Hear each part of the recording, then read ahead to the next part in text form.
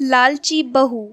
यह कहानी आशा जी की बहू सलोनी की है। सलोनी राजेश की पत्नी थी और वह स्वभाव की बहुत लालची थी। महंगे कपड़े और गहनों की लालच की वजह से सलोनी और राजेश में रोज बहस होती थी। सलोनी अपने पति राजेश को किटी पार्टी में जाने के लिए बार बार नए कपड़े और गहने लाने के लिए बोलती थी। इस पर राजेश कहता है, तुम्हें अपनी बराबरी वालों से ही दोस्ती करनी चाहिए। अगर तुम महीने में 10 बार किटी पार्टी में जाओगी तो तुमको हर बार नए कपड़े और गहने कौन दिलाता रहेगा।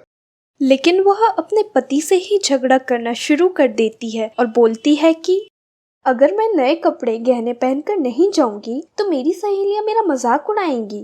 तुम ज्यादा कमाने की तो सोचते नहीं बल्कि मुझे ही रोकते रहते हो। इसके बाद वो अपनी सास के पास गई और बोली, माँ जी आप मुझे अपने गहने दे दीजिए, मुझे किटी पार्टी में पहनकर जाना है।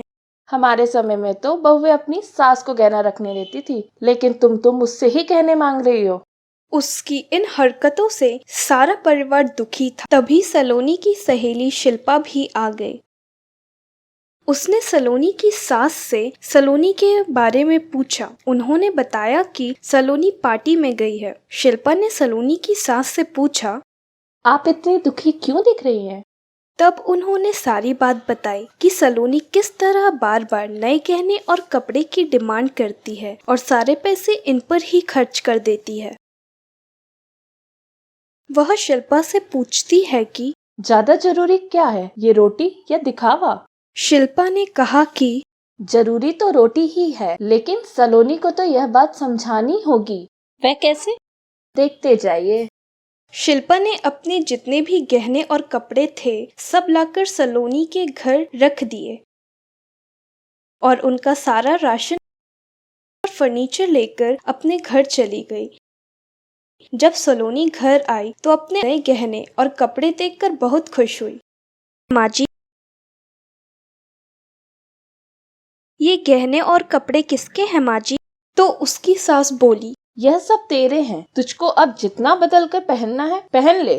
कुछ देर बाद वह जब रसोई में गई तो उसने देखा कि घर का सारा राशन गायब था। वह अपनी सास से बोली, अरे ये क्या है, घर का सारा राशन और फर्नीचर कहाँ गया? उसकी सास बोली, घर का सारा सामान बेचकर ये गहने ये कपड़े सब तेरे लिए ही लेके आए हैं, अब तू इन्हें बदल बदल के पहन ले। लेकिन गहनों से पेट थोड़ी ना भरेगा, खाना तो खाना ही पड़ेगा। तभी सलोनी की सहेली शिल्पा भी आ गई। उसने कहा, जब पहले तुम्हारी सास ने तुमको समझाया तब तुम नहीं मानी, इसलिए हमने यह सब किया। अगर तुमको लगता है तुम्हारा पति पर्याप्त नहीं कमाता है तो तुम खुद नौकरी क्यों नहीं करती? तुमको इन सब के फालतू दिखावे से बचकर अपने घर पर ध्यान देना चाहिए। अब सलोनी को अपनी गलती का एहसास हो चुका था।